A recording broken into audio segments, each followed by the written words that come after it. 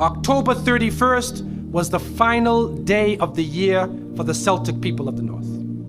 And that day was called the Day of Samhain. And this individual, wal-iyadhu billah, was supposed to be their god of the spirits of the dead.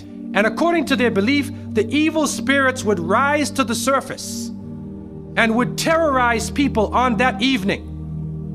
And on that evening, if you did something wrong to a person, they'd come back to get you on that night. So some people would put on a disguise so you couldn't recognize them on October 31st on that evening, and then they would be safe. Also, they would burn fires. Now the only thing we find left of that is the jack-o'-lantern that they would put inside of their window made from the pumpkin.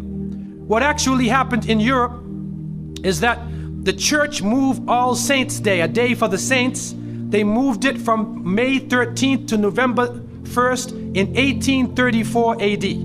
And so what they said was that the 31st night is All Hallows Evening, which in America later became known as Halloween. And they depict the forces of evil.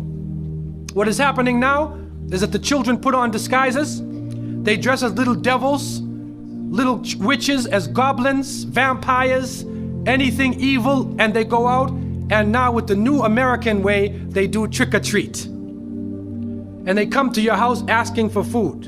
And some Muslims, they send their little children and they're in little disguises. How are you going to dress and go out there? This is the day of Samhain. And the Quran tells us that the devil is an open enemy to humanity. There is no compromise with the devil. The reality is that the Prophet ﷺ said that the upper hand is better than the lower hand. What that means is you should be the one who gives and don't beg. And so to send a Muslim child out to trick-or-treat is a demeaning, lowering thing. You're asking them to beg people for food. Then when the candies and things come in the bag, how do you know what it is they actually gave you? Is it halal? Most of the candies today are made with gelatin, with glycerin. They're made with pork products.